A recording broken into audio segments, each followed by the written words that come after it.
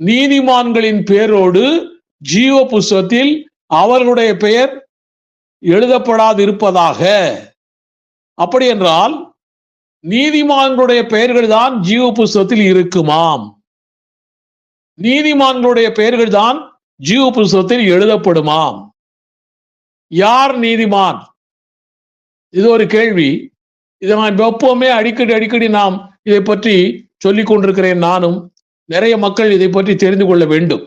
யார் நீதிமான்?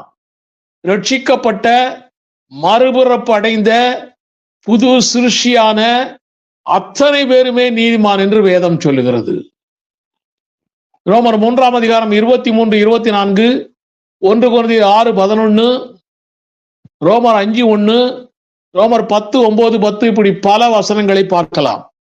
இதில் 1 கொரிந்தியர் 6:11 மாத்திரம் வாசிக்கிறேன், கேளுங்கள். உங்களில்